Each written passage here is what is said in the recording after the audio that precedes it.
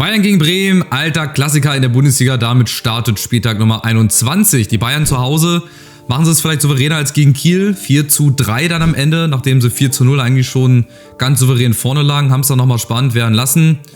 Eigentlich ungewollt aus Sicht der Bayern. Die konnten dann aufgrund des Sieges auch nicht ganz 100% mit sich zufrieden sein. Ich glaube, wenn das Spiel vielleicht noch 10 Minuten länger gegangen wäre, hätte, wenn und wäre Kiel vielleicht noch das 4:4 gemacht. Vielleicht hätten die Bayern auch nochmal auf 5:3 oder 6:3 gestellt, wer weiß es schon. Bremen hat zu Hause 1:0 gegen Mainz gewonnen. Die kommen aber mit großen Personalsorgen. Da haben 2 Leute gelb-rot kassiert. 2 Innenverteidiger sogar, glaube ich. Ich glaube Friedl auf jeden Fall und, wer war es noch? Irgendeiner fehlt, glaube ich, noch. Also auf jeden Fall ziemliche Abwehrsorgen. Von daher würde ich die Bayern hier auf ein souveränes 3:1 stellen. Ich glaube, dass die Bayern das nicht nochmal mit sich machen lassen. Also ich glaube nicht, dass die nochmal so ein Spiel wie gegen Kiel wollen. Aus dem Pokal sind sie draußen. Ja, die Woche ist ja DFB-Pokal. Zumindest erstmal 2 Spiele. Warum dann in 3 Wochen wieder 2 Spiele sind? Schreibt es mal in die Kommentare, wenn ihr den Grund wisst. Ich weiß es nicht. Von mir aus hätten sie auch Dienstag 2 und Mittwoch 2 Spiele machen können. Naja, also Bayern-Bremen 3:1. Mein Tipp. Vielleicht schaffen die Bremer ja aber auch irgendwie ein Unentschieden. Der Konkurrent der Bayern dann, Leverkusen in Wolfsburg am Samstag. Wolfsburg hat genau wie Leverkusen Sonntag gespielt. Wolfsburg 1:1 in Frankfurt, das erwartet schwere Spiel. Die Wolfsburger haben das in der ersten Halbzeit eigentlich relativ gut gemacht. Hat die Eintracht jetzt nicht so gefährlich nach vors Tor kommen lassen. Haben selber ein paar gute Chancen gehabt, sind dann in Führung gegangen durch Amura, durch eigentlich quasi ein halbes Eigentor oder ein ganzes Eigentor von Tuta. Dann am Ende noch das 1:1 bekommen, hätten auch verlieren können, aber ich glaube, das 1:1, das war schon okay. Aus Frankfurt Sicht ganz besonders. Leverkusen hat noch unter der Woche im Pokal gespielt. Stand heute, wie gesagt, Stand der Aufnahme, spielen sie gegen den 1. FC Köln. Super Spiel, Derby. Ich glaube, das werden die Leverkusener machen, aber, jetzt kommt wieder das Aber, Pokal hat seine eigenen Gesetze, warum nicht? Also ich glaube, wenn die Kölner heute weiterkommen, freuen sich mehr Leute in Deutschland, in Fußball Deutschland, als das, wenn Leverkusen weiterkommt, habe ich so im Gefühl. Die haben nämlich auch letzte Woche gespielt, Sonntag 3:1 zu Hause gegen Hoffenheim, bleiben also dran an den Bayern, denn nächste Woche ist ja das Spitzenspiel. Leverkusen zu Hause gegen die Bayern. Ob sich da die Meisterschaft zu 100% entscheiden wird, weiß ich nicht. Es wird aber ein sehr richtungsweisendes Spiel und deswegen mache ich hier die Leverkusener auch mal auf Sieg, weil wenn die Bayern bei mir schon vorgelegt haben, dann müssen die Leverkusener eigentlich quasi nachziehen. Die mache ich mal auf ein 2:0. Also Wolfsburg hat mir jetzt offensiv in Frankfurt nicht so gut gefallen, Gott sei Dank, besonders halt in der zweiten Halbzeit. Erste Halbzeit war es auch sehr gefährlich, weil Frankfurt halt hinten auch nicht gut gespielt hat. Viel zugelassen, unnötige Fehlpässe, viele leichte Fehlpässe vor allem. Und im Normalfall sollte das Leverkusen machen. Ja, auch auf Hinsicht des Spitzenspiels nächste Woche. Aber vielleicht kommt ja alles ganz anders und Bremen und Wolfsburg gewinnt. Wir werden es sehen. Freiburg gegen Heidenheim, das nächste Spiel. Beide kommen aus sehr knappen Ergebnissen vom letzten Spieltag. Freiburg hat 1:0 in Bochum gewonnen. Egal wie, aber Hauptsache gewonnen. Ich glaube, das Tor ist nach einer Ecke gefallen. So wie ich das mitbekommen habe. Ich konnte Bundesliga letzte Woche nicht so gut verfolgen. Ich war unterwegs Samstagnachmittag, von daher habe ich mir immer nur die Highlights so ein bisschen angucken können, aber sah schon verdient aus, was die Freiburger da gemacht haben. Die Bochumer hätten auch da irgendwie einen Punkt holen können. Die müssen ja, sieht jetzt auch immer düsterer aus in Sachen Klassenerhalt. Und Heidenheim hat zu Hause gegen Dortmund verloren, ganz knapp 1:2, die mit ihrem Trainer Tilburg oder Tulberg oder wie er heißt, der jetzt wieder zu U19 geht. Niko Kovac ist ja jetzt neuer Trainer, da kommen wir gleich nochmal zu. 2:1 knapp verloren, die stehen dann halt auch unten mit drinne, haben jetzt auch, glaube ich, zwischen irgendwie 2 Spieltagen die Playoffs in der Conference League gegen Kopenhagen. Aber das verflixte zweite Jahr für die Heidenheimer, die tun sich auch schwerer und ich glaube auch in Freiburg wird da nicht viel gehen. Ich mache ja auch mal ein knappes 2:1, weil ich den Heidenheimer auch immer ein Tor zutraue, auch ein Punkt in Freiburg oder sogar ein Sieg in Freiburg, das wäre mal eine große Überraschung, womit, glaube ich, nicht jeder rechnen würde, aber ich glaube, die Freiburger machen das. Sie wirken zu Hause sehr souverän, auch wenn sie jetzt die letzten Heimspiele, glaube ich, nicht so erfolgreich gespielt haben. Seht's mir nach, dass ich nicht von 18 Vereinen alle Ergebnisse auswendig kenne. Ich habe das, glaube ich, in Erinnerung, dass Freiburg auch zu Hause ab und an mal Probleme hatte, aber meiner Meinung nach gewinnen sie zu Hause gegen Heidenheim 2:1. Mainz gegen Augsburg, nächstes Duell. Die Mainzer in Bremen mit 1:0 verloren. Hätte ich jetzt auch so nicht gedacht, aber ich glaube, ich habe Bremen sogar auf Sieg getippt. Wobei ich da auch mit einem Sieg der Mainzer gerechnet hätte, weil die aus einer guten Phase gekommen sind oder in einer guten Phase drin waren. Habe ich gedacht, okay, komm, das Spiel in Bremen nehmen sie auch nochmal mit. War dem nicht so. Die Augsburger auf der anderen Seite haben noch ein 1:1 bei St. Pauli geholt. Wie gesagt, St. Pauli hat, glaube ich, die zweite oder drittbeste Defensive. Wenn jetzt auch die Offensive stimmen würde, wer weiß, wo St. Pauli stehen würde. weiß ich nicht. Deswegen wird das für beide Mannschaften auch ein sehr wichtiges Spiel. Augsburg im Pokal ausgeschieden beim VfB Stuttgart unter der Woche. Da war also die Chance aufs Halbfinale auch da. Haben sie nicht genutzt. Und jetzt in Mainz. Da würde ich die Mainzer auch wieder auf Sieg tippen. Weil... oder ein Unentschieden, weiß ich nicht. Das wird ein Abnutzungskampf. Ich glaube, die Augsburger wollen auch eine Reaktion zeigen. Da haben wir es wieder, Reaktion zeigen auf das Pokal aus. Haben ja letzte Woche gegen Heidenheim auch knapp zu Hause gewonnen in letzter Sekunde. Aber brauchen halt auch noch ein paar Punkte für den Klassenerhalt. Und Mainz, die wollen, glaube ich, auch die Chance nutzen, oben jetzt mal, wenn sie da stehen, sich fürs internationale Geschäft zu qualifizieren. Da streiten sich ja die Mainzer mit 4, 5 anderen Mannschaften nach wie vor noch bis zum Ende drum.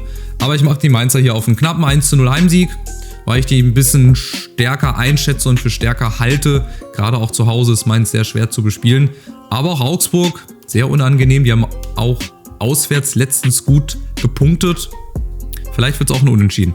Hoffenheim gegen Union Berlin, nächste Partie. Die Hoffenheimer haben in Leverkusen verloren, 3:1. Haben dann am Ende, glaube ich, die letzte halbe Stunde oder so noch in Überzahl gespielt. Grimaldo hatte da, glaube ich, gelb-rot gesehen. Ja, aber es war zu erwarten. Hoffenheimer haben gut mitgespielt, haben auch sich ein paar Chancen rausgespielt, aber am Ende war es halt dann doch zu wenig, um da irgendwas mitzunehmen. Union hat gegen Leipzig zu Hause 0:0 gespielt. Beachtliches Unentschieden, da hatte ich ja so ein bisschen drauf gehofft. Ja, der VfB hatte verloren gegen Gladbach, Union hatte gegen Leipzig unentschieden gespielt. Und die große Chance für die Eintracht war da, sich noch mehr abzusetzen. Hätten sie gegen Wolfsburg gewonnen. Bekanntermaßen hat sie ihr Diva-Gesicht gezeigt und hat dann halt nicht gewonnen, sondern nur 1:1 gespielt. Jetzt natürlich die Frage: Union, nehmen sie den Schwung mit aus dem Spiel gegen Leipzig? Hoffenheim, die jetzt auch spielerisch sich wieder ein bisschen gesteigert haben. Also das, was ich so gegen Frankfurt gesehen habe und das gegen Leverkusen, das sah schon recht ordentlich aus. Und ich glaube, das mache ich mal unentschieden. Ich habe noch keinen Unentschieden. Ich glaube auch, dass beide Mannschaften wollen. Beide müssen auch, weil beide unten drin stehen. Oder Hoffenheim mehr als Union. Deswegen mache ich da jetzt einfach mal ein 1:1. Aus dem Bauch raus. Ich kann da auch wieder völlig daneben liegen, aber so ist es halt mit den Tipps. Von daher mache ich immer ein Unentschieden zwischen Hoffenheim und Union Berlin. Und dann kommen wir zum ersten Auftritt von Neu-Dortmund-Coach Niko Kovac zu Hause gegen den VfB Stuttgart. Dortmund hat in Heidenheim mit 2:1 gewonnen. Ja, am Ende war es auch dann wieder sehr knapp, weil die Heidenheimer dann doch auch noch zu einem Unentschieden hätten kommen können. Haben sie dann wieder nicht gemacht. Und somit die Dortmunder ja mit einem Erfolgserlebnis, was sie, glaube ich, einfach gebraucht haben. Haben jetzt auch aus den letzten Spielen, glaube ich, 7 Punkte geholt. Also sind auf einem aufsteigenden Ast. Ob es für die Champions League am Ende reicht, weiß ich nicht. Das ist wirklich ganz, ganz schwer zu sagen, finde ich.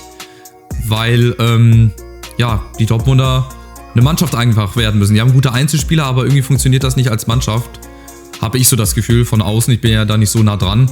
Aber so ist halt mein Eindruck. Und der VfB hat zu Hause gegen Gladbach verloren. Mit 2:1 unter der Woche im Pokal weitergekommen. Aber das Heimspiel gegen Gladbach, ich glaube, das hatten sie sich auch anders vorgestellt. Müssen halt auch oben dran bleiben. Aber hier greift wieder diese alte Regel. Neuer Trainer, erstes Spiel. Ich würde Dortmund auf Sieg tippen. Ich bin wirklich gespannt, wie Niko Kovac das macht. Also ich kann ja nur aus der Zeit, wo er in Frankfurt war, da kann ich was zu sagen. Da hat er wirklich von Grund auf die Mannschaft erneuert. Er hat viel Neues auch mit reingebracht, hat viel in Bewegung gesetzt und hat quasi den Grundstein dafür auch gelegt. Natürlich auch mit Freddy Bobic zusammen, mit Ben Mangaha damals, dass die Eintracht jetzt da steht, wo sie ist. Also die Transfers, die damals getätigt wurden, die waren halt einfach Gold wert. Und Niko Kovac hat halt einfach der Eintracht eine DNA gegeben, sehr aggressiv, umschalten, Pressing, dass die Eintracht halt ein sehr unangenehmer Gegner ist. Und da muss die Eintracht auch so langsam wieder hinkommen, dass man nicht so gerne gegen die Eintracht spielt.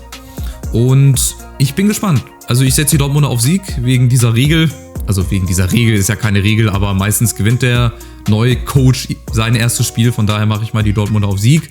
Ob es wie gesagt für die Champions League reicht, ob Niko Kovac da aus dem Haufen irgendwie eine Mannschaft formt, die zumindest sich für die Europa League qualifiziert. Keine Ahnung, aber lass die mal 5 Spiele in Folge gewinnen und die anderen nicht. Dann ist Dortmund auch ganz schön wieder im Geschäft um die Champions League. Also Dortmund 2:0 auf Sieg gegen Stuttgart. Ich bin gespannt, es wird auf jeden Fall viel Feuer drin sein.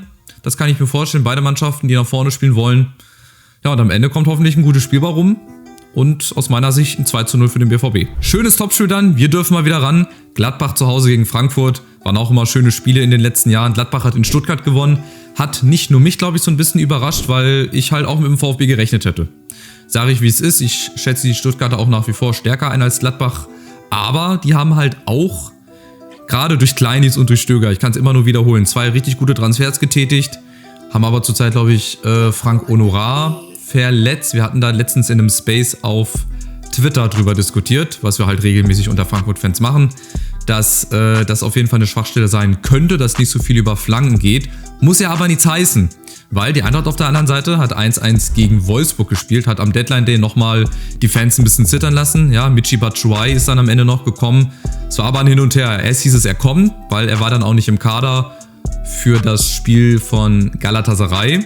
Das war schon mal ein gutes Zeichen. Dann aber hat auf einmal Betis Sevilla dazwischen gegrätscht. Dann hieß es, okay, der Deal ist off, also dass er nicht wechselt. Dann hieß es, okay, man muss nochmal abwarten, es könnte sich doch noch was tun.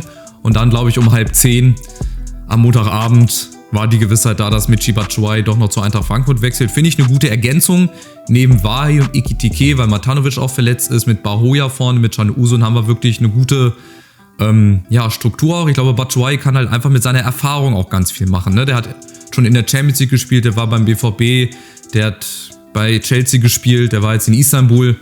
Gut, da konnte man so rauslesen, einige sind froh, dass er weg ist, die anderen trauern ihm hinterher. Ich glaube aber, mehr Leute trauern ihm hinterher, als dass Leute froh sind, dass er weg ist. Ich bin sehr, sehr gespannt. Vielleicht sehen wir ihn schon gegen Gladbach. Wahi, vielleicht reicht es ja für ihn schon für eine Viertelstunde.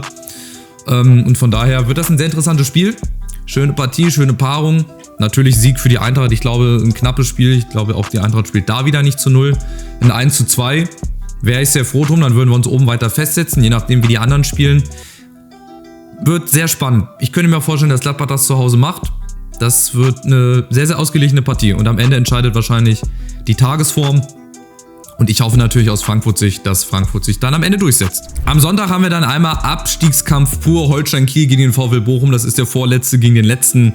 Mehr Abstiegskampf geht gar nicht. Die Kieler haben eine super Aufholjagd gestartet in München, haben wir ja gerade schon gesagt, mit 4:3 dann knapp verloren. Ich weiß nicht, ob das Spiel dann noch 4:4 ausgegangen wäre. Vielleicht hätten die Bayern dann am Ende noch mehr Körner gehabt. Aber die Kieler haben, wie gesagt, nochmal gut aufgeholt. Bis auf 4:3 sind sie rangekommen. Und ich glaube, und ich meine sogar in letzter Minute oder in letzter Sekunde war sogar nochmal eine Chance für die Kieler da, doch noch auf 4:4 zu stellen. Gut, am Ende haben sie dann halt verloren, sind auch 0 Punkte. Bochum hat 1:0 zu Hause gegen Freiburg verloren. Die kommen halt auch nicht so richtig in Tritt. Man hatte mal das Gefühl, so nach dem Heimspiel gegen Leipzig, als sie da das 3:0 noch aufgeholt haben und ein 3:3 draus gemacht haben, dass ja die Mannschaft lebt, dass da Selbstvertrauen und Selbstbewusstsein da ist, aber du musst halt die Punkte holen. Und ich glaube nicht, dass das unentschieden ausgeht. Ich glaube, dass es da einen Sieger geben wird. Also es muss einen Sieger geben. Weil ein Unentschieden, ich habe jetzt gerade mal hier die Live-Tabelle geöffnet. Ich kann gerade mal gucken, die Kieler haben 12 Punkte. 2 Punkte Rückstand auf Platz 16. Die Bochumer haben 10 Punkte. Und ich weiß gar nicht, ob da die 3 Punkte aus dem Unionsspiel schon mit reingerechnet sind. Ich glaube noch nicht. Steht noch aus. Also nehmen wir mal an, die Punkte bekommen sie nicht. Haben sie trotzdem 4 Punkte Rückstand. Also egal, wie man es dreht und wendet, ihr seht, ein klassisches Abstiegsspiel, Abstiegskampf pur. Tja, ich würde die Kieler, also das Momentum liegt für mich bei den Kielern, obwohl sie 4:3 in München verloren haben. Aber wenn sie da von Anfang an gegen Bochum so spielen wie die letzten Minuten in München, dann sehe ich die Kieler da einfach ein bisschen weiter vorne. Oder es wird ein langweiliges 0:0. Die beiden Möglichkeiten gibt es. Also entweder haut eine Mannschaft das richtig raus, gewinnt 3-4-0, oder es gibt ein langweiliges Unentschieden. Ich mache die Kieler mal auf Sieg. Ich habe da ein besseres Gefühl für die Kieler. Wahrscheinlich dann genau umgekehrt, dass die Bochumer jetzt wahrscheinlich da einen raushauen und 3-4-0 gewinnen. Aber gut, am Ende ist es so, wie es ist. Ich mache die Kieler auf einen 2:0 Sieg. Leipzig gegen St. Pauli ist dann der Abschluss des 21. Spieltags. Die Leipziger haben 0:0 bei Union Berlin gespielt. Haben jetzt auch nicht die Sterne vom Himmel gespielt. Und deswegen ist es gerade in der Saison auch so mega, mega spannend. Nicht nur im Kampf um die Champions League, sondern auch die Europa League ist zwischen 4-5 Mannschaften noch total offen. Und weil halt der harte Kern, sage ich mal, also die Mannschaften, die sonst immer oben stehen, Dortmund im Normalfall, Leipzig, Leverkusen, Bayern, die machen im Normalfall die ersten 4 Plätze unter sich aus. Aber die Saison ist halt wohl offensichtlich nicht normal. Die Dortmunder sind nicht gerade in guter Verfassung. Stuttgart ist so ein bisschen am Struggle, die nehmen sich jetzt die Punkte gegenseitig an diesem Spieltag. Leipzig spielt auch nicht so souverän. Und vorne Leverkusen und die Bayern wirst du halt nicht holen. Die werden die Meisterschaft unter sich ausmachen. Von daher ist es ja umso wichtiger, auch solche Spiele zu gewinnen. Wie dann zum Beispiel Frankfurt in Gladbach oder zu Hause gegen Wolfsburg. Das wären wirklich Big Points gewesen. Aber gut, jetzt geht es um Leipzig und St. Pauli. St. Pauli hat zu Hause noch 1-1 gegen Augsburg gespielt. Hätten eigentlich auch, oder wären wahrscheinlich gerne mit dem Sieg rausgegangen. Die haben nach wie vor mit die beste Verteidigung der Liga. Hatte ich ja gerade schon mal gesagt, wenn es jetzt vorne noch klappen würde mit mehr Toren, anstatt immer nur ein Tor oder 2, dann ja, könnte St. Pauli definitiv die Klasse halten. Das ist mal Punkt 1. Und Punkt 2, könnten die auch wie Heidenheim letzte Saison einen guten Mittelfeldplatz erlangen. Sich vielleicht nicht für die Conference League qualifizieren, das glaube ich jetzt nicht. Aber ein gesicherter Mittelfeldplatz ist für St. Pauli, denke ich, durchaus realistisch, wenn es so weitergeht. Aber ich glaube in Leipzig, ja, wobei das sage ich immer, in Leipzig geht nicht viel und da wirst du auch ganz klar untergehen. Ich glaube schon, dass Leipzig da Favorit sein wird, ist ja auch logisch, dass sie das Ganze machen werden. Aber ich würde St. Pauli auch immer ein Tor zutrauen. Zumindest mal ein Tor für St. Pauli so. Und Leipzig, glaube ich, wird das gewinnen. Nicht souverän, aber sie werden es gewinnen mit 2:1. Das sind so meine Tipps. Auch wieder mit viel Bauchgefühl und viel hin und her und analysieren. Und da im Endeffekt ist es Fußball. Und die Tipps, das ist halt auch sehr, sehr viel Glückssache. Wir speichern und gucken dann wie immer auf die Gesamtübersicht. Es gab nämlich einen Führungswechsel. Lasst euch übrigens nicht von der Werbung hier rings um mich irritieren. Ich weiß jetzt auch nicht, was das seit neuestem ist, warum hier immer Werbung geschaltet wird oder diese Anzeigen sind. Keine Ahnung, ich habe damit nichts zu tun. Also Bergmann ist jetzt auf der 1 mit 268 Punkten. Der Cem hat 267 Punkte. 265 hat Rass und Hegebusch. Prinz Poldi auch 263. Das ist ganz, ganz eng oben. Der Kampf um die 50 € hier bei uns in der Kicktipp-Gruppe. Ich bin Platz 27. Ich zeige euch mal, wie das Ganze zustande gekommen ist. Das ist nämlich sehr, sehr interessant. Daran seht ihr, dass es innerhalb von einem Spieltag ja eine komplette Wendung nehmen kann. Bergmann hat 19 Punkte geholt. Der Cem hat nur 7 Punkte geholt, weil er vergessen hat, aber die Samstagnachmittagsspiele zu tippen. Warum auch immer. Lieber Cem, was war los bei dir? Ich hoffe, dass du das diese Woche nicht vergisst. Ich glaube, das hat ihm einfach auch Platz 1 gekostet. Gehe ich mal von aus. Der hätte sicherlich auch noch 5, 6 Punkte mehr geholt. Hegebusch hat 20 Punkte geholt. Der hat auch ein paar Spiele richtig vom Ergebnis her gehabt. Der hat St. Pauli 1:1 getippt, der hat Freiburg 1:0 getippt, der hat BVB 2:1 getippt. Die Differenz zum Beispiel bei Leverkusen gegen Hoffenheim, das gibt ja 3 Punkte. Und so kann man halt innerhalb von 1, 2 Spieltagen ganz weit nach oben kommen. Der Grammel zum Beispiel ist auch 6 Plätze nach oben gekommen, weil er 20 Punkte geholt hat. Hat auch viele Ergebnisse richtig. Ich habe 16 Punkte geholt. Ja, also so sieht's aus. Ihr seht, das kann sich jetzt innerhalb von 3, 4 Spieltagen ja ganz kurios wenden. Da könnte auch zum Beispiel irgendeiner von Platz 10 oder der SKE Sascha oder der Schlitz, wenn die jetzt auch mal 30 Punkte holen oder so an den nächsten 3, 4 Spieltagen, das ja, kann sich auch wenden. Also ich scroll wie immer mal runter, ihr sucht euch, ihr findet euch. Ich wünsche euch wie immer viel Glück für eure Mannschaften, für eure Tipps. Und dann gucken wir einfach, wie sich ja das Meisterschaftsfinale oder die Meisterschaft entscheiden wird, wie Bayern und Leverkusen nächste Woche spielen. Da können wir auch nochmal ganz kurz drauf schauen auf den nächsten Spieltag. Dann wird es nämlich soweit sein. Bayern gegen Leverkusen. Leverkusen gegen Bayern. Deswegen gibt es auch 3 Sonntagsspiele. Das wird, wie gesagt, nicht die Meisterschaft komplett entscheiden, aber es wird schon so eine Tendenz geben. Wenn Leverkusen das gewinnt, dann wird es, glaube ich, auch bis zum letzten Spieltag spannend, weil die Bayern dann auch merken, gut, da sitzt ein Verfolger im Nacken. Wenn die Bayern das gewinnen, dann ist das Ding für mich entschieden. Dann sind es, glaube ich, 9 Punkte Rückstand, 7 Punkte Rückstand. Dann machen das die Bayern. Das werden sie sich dann nicht mehr nehmen lassen. Also, schönes Wochenende, bleibt gesund, viel Glück für eure Tipps und bis bald. Macht's gut. Ciao, ciao.